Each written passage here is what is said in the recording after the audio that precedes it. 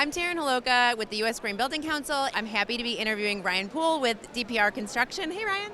Hey, Taryn. Glad to be here.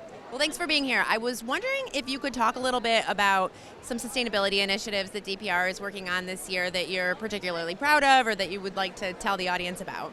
Yeah, thanks so much. I mean, one big thing we're really working on is how it's actually structured within our organization. So we're looking at all across ESG. So we've really broken it into 4 pillars. So we have planet, which is our sustainability aspects, really focusing on environmental impact. We have supplier diversity, which is really connecting with our partners and figuring out how we actually uplift that community. We have diversity, equity, inclusion, which is really focusing on our internal and external efforts to bring equity across all the folks that work for us and work with us in partnership. And then last but not least is our community initiatives, how we're actually impacting the communities that we work and live in. We've created a structure within each of those to allow deeper collaboration, both internally and externally. We've also made commitments in each one of the categories to help understand, like, publicly and internally what we're doing and what we're driving towards and what milestones we need to meet to be able to get there. And then we're also really trying to utilize those targets to understand, like, the impact along the way and what movement we can make alone and then collectively as a group, right? Because it's not just going to be DPR's efforts or any of us singularly that's going to make the impact. It's going to be a collective impact. It's going to take the unity across all of us. So, we're really excited about programs all across of it. I mean, from really helping under-resourced communities within our community initiative efforts. We've created an entire new supplier diversity program that's really going into the communities and helping drive them in instead of us just trying to find them. It's how do we actually build new businesses. And then we're also really focused within Planet. We released our Path to Regeneration, which is our carbon reduction strategy between now and 2030, really driving down our reduction across our operations and then helping understand how that actually impacts the built environment, the product that we deliver and how we actually deliver it along the way.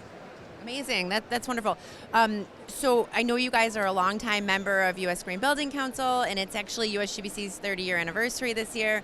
Maybe you could talk a little bit about your involvement with USGBC and any opportunities from working with USGBC.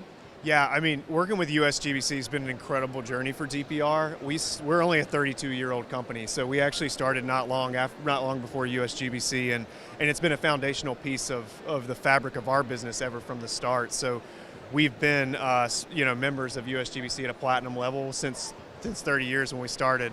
And we've also had some of our founding members sit on the board of USGBC to help understand how to guide the direction as well. So it's been impactful for us, not only understanding our responsibility in the built environment and where we can really lean in from collaboration to helping drive new standards, helping understand how USGBC and all of its programs are driving new standards within codes, right, and frameworks. And so that's been an incredible impact for us to help use USGBC as our collaborating partner, right, along the journey so that we can help be ultimately a sustainable contractor. I mean, we want to make sure that what we're building has a positive impact on the environment, just as USGBC. And so, yeah, it's been an incredible partnership that we are excited about every year to explore the new possibilities, what we can do to help not only support uplifting programming at USGBC, but give real case studies and field examples of how those things are coming into practice and driving real impact across our industry. Yeah, great. You mentioned new standards, and we're at the conference. We just released a preview of LEED V5. Is there anything about V5 that you're excited about or that you're looking forward to learning more about? Yeah, I mean, we're really excited, honestly, about the improvements in V5 to make it, honestly, more efficient, but also more rigid at the same time, right? So every time we release a new version, it really gives us the next level of advancements of innovation and technology, pilot credits, things that can really drive the needle forward. And even within LEED 5, there's new advancements within LEED 0 and a whole bunch of other programs, right? I mean, the introduction of embodied carbon within our zero programming, and really, I think, looking more deeply at the material transparency as well. I mean, I think what LEED 5 will help do is make it more accommodating for us to have those collaborative discussions with manufacturers and designers, and then really put that implementation in place, because that's where we're at. We're at a place where USGBC has set the foundation for what we need behind building transparency, and now we need to evolve it so that we can actually continue to put it in practice. And I think here on this floor, at the Greenbuild Expo is a perfect example of seeing all the incredible products and innovation that's happened that USGBC and a whole bunch of others are helping drive forward. Awesome. Last question, where do you see the future of green building going?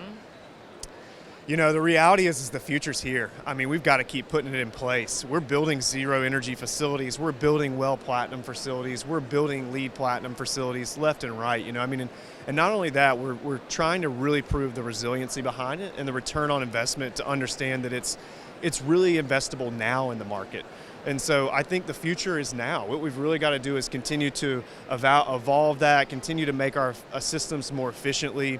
I think also we've got to continue to look at it at a systematic level and not an individual building level. The reality is we live in dense urban areas, right, where we're not going to be able to make every building zero energy on site. And so we have to figure out how systems work together overall to make sure the built environment is a collective system and it's not individualized. And that'll help us create significant efficiencies and figure out how to continue to green the grid. So I think the future is really looking at transitioning to lower embodied carbon materials. I mean, we've seen tons of opportunities for lowering concrete, lowering steel, more utilization for mass timber, and I think continuing to find the transparency behind that as well to make sure those are valid programs and that we have good data to back it up. I think that's another big piece to what's happening is the transition within data, right? I mean, we have data for material ingredients, for our life cycle analysis, for even our emissions from fuel factors and stuff, way more readily available than we've ever had before to pull that information together in an automated approach and analyze it so it can be efficient and help us understand where we're really driving true impact. So I'm excited about all those and honestly the TRUE program as well. So we're really at DPR trying to hone in on our construction waste. We believe contractors have a big responsibility to figure out how to lower the waste on our construction sites. And so, we've really committed to figure out how do we drive towards a zero waste program across our portfolio, and excited to work in collaboration with GBCI, USGBC, and all of our partners, to help make that happen. Wonderful. Well, thank you so much for talking with us. Yeah, thanks so much, Taryn. It's awesome to be here, and thanks for the opportunity.